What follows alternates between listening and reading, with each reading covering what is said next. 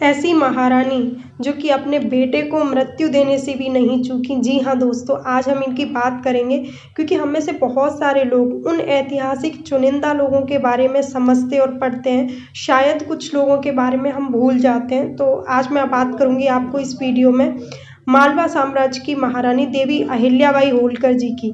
इनका जन्म 31 मई 1725 में महाराष्ट्र के अहमदनगर के छोड़ी गांव में हुआ था। इनके पिताजी का नाम मानकोजीराव शिंदे था, जो उस गांव के पाटिल थे।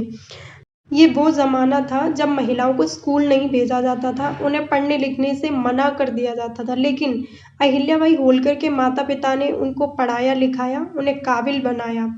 परिवार के संस्कारों का कमाल था कि बचपन से ही अहिल्याबाई में सेवा का भाव था। कहते हैं कि इंदौर के राजा मालवर राव होलकर छोड़ी गांव से गुजर रहे थे एक दिन, तो उन्होंने देखा एक छोटी सी बच्ची मंदिर में गरीबों को खाना खिला रही है, और वो बच्ची और कोई नहीं बल्कि वो थी माँ अहिल्याबाई। सिर्फ 8 साल की उम्र में इनका रिश्ता तय कर दिया गया, क्योंकि इंदौर के राजा को काफ़ी ज़्यादा पसंद आ गई। उन्होंने अपने बड़े बेटे के लिए अपना रिश्ता मांग लिया, और अब रानी अहिल्याबाई शादी करके पहुंच जाती हैं अपनी ससुराल। इन और उसके कुछ दिन बाद एक युद्ध होता है, कामबेर का युद्ध 1754 में, जिसमें इनके पति की मृत्यु हो जाती है और इनके पति उसमें शहीद हो जाते हैं। उसके 12 साल बाद रानी अहिल्याबाई के ससुर जी की भी मृत्यु हो जाती है। उसके 1 साल बाद महारानी को 1767 ईस्वी में मालवा साम्राज्य की महारानी बनाया गया।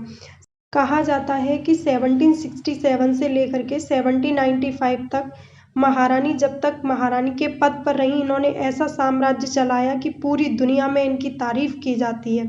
तो आइए जानते हैं महारानी जी के बारे में। तो पहली चीज़ है, महारानी अहिल्याबाई अनबाइज्ड थी, मतलब ये किसी के साथ में भेदभाव नहीं करती थी, चाहे वो राज हो, जनता हो, प्रजा हो या राज परिवार का कोई भी सदस्य हो, सबके साथ में समान व्यवहार करती थी। इंदौर की ये घटना काफ़ी प्रचलित है दोस्तों, जिसमें कहा जाता है कि महारानी अहिल्याबाई के बड़े बेटे यानी कि मालोजी राव का एक दिन बाजार से रथ निकला, तो उस रथ से टकरा करके एक गाय के बछड़े की मृत्यु हो गई।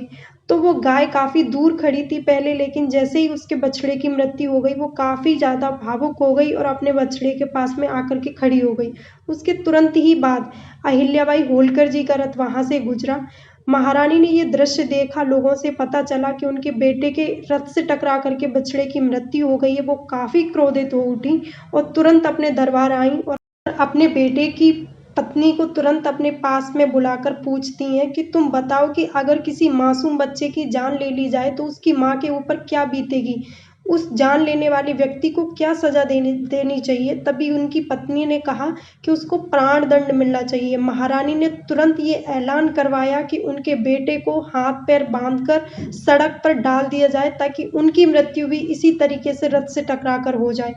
लेकिन कहते हैं दोस्तों, महारानी जी को काफ़ी समझाया गया, उनके मंत्रियों ने काफ़ी समझाया कि उन्हें माफ़ कर दीजिए, महारानी गलती हो गई। लेकिन अहिल्याबाई होलकर किसी के साथ में ये दुर्व्यवहार करते हुए नहीं देख सकती थी। और कहते हैं दोस्तों, उस रथ का सारथी बनने के लिए कोई तैयार नहीं था जिसमें इनके बेटे को बिठाया गया।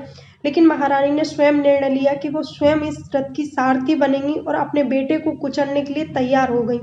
तभी एक घटना घटती है वहाँ पर, जिस गाय के बछड़े की मृत्यु हुई थी, वो गाय बार बार इनके रथ के आगे आड़े आ रही थी, यानी कि सामने आ रही थी। यही घटना हो रही थी बार बार। तो मंत्री लोगों ने महारानी को समझाया कि हे माता, उन्हें माफ़ कर दो अपने बेटे को, क्योंकि ये गाय भी नहीं चाहती कि कोई माँ अपने बेटे की मृत्यु करे।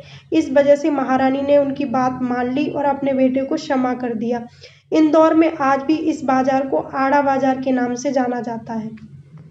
और दूसरी लर्निंग महारानी अहिल्याबाई से हमें ये लेनी चाहिए दोस्तों, वो कहती हैं ज़िंदगी में कभी हार नहीं माननी चाहिए, क्योंकि इस दुनिया में हर समस्या का समाधान उपलब्ध है। सन 1754 में जब उनके पति शहीद हुए थे युद्ध में, उस वक्त सती प्रथा काफ़ी चरम पर थी। तो महारानी ने भी सोचा कि मुझे भी सती हो जाना चाहिए, लेकिन उनके ससुर जी ने मना कर दिया कि तुम्हें आगे चल के साम्राज्य संभालना है, तुम्हें सती नहीं होना है।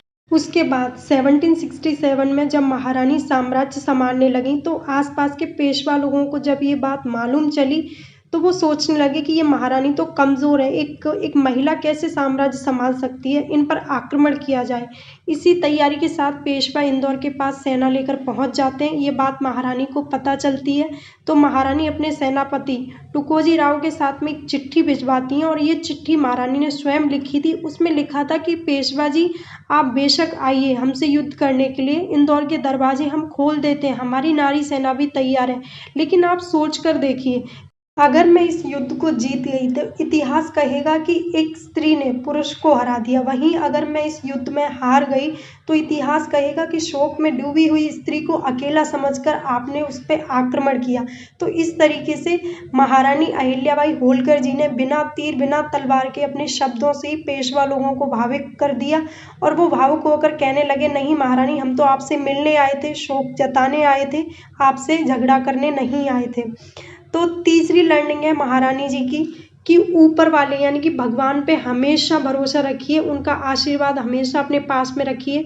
महारानी अहिल्याबाई होलकर भगवान शिव शंकर की बहुत बड़ी भक्त थी। इन्होंने अनेक मंदिरों के निर्माण करवाए, जिसमें उन्होंने सोमनाथ मंदिर का पुनः निर्माण करवाया। माता अहिल्याबाई होलकर भगवान शिव शंकर की इतनी बड़ी भक्त थी कि बिना पूजा अर्चना किए हुए पानी की एक बूंद तक नहीं पीती थी।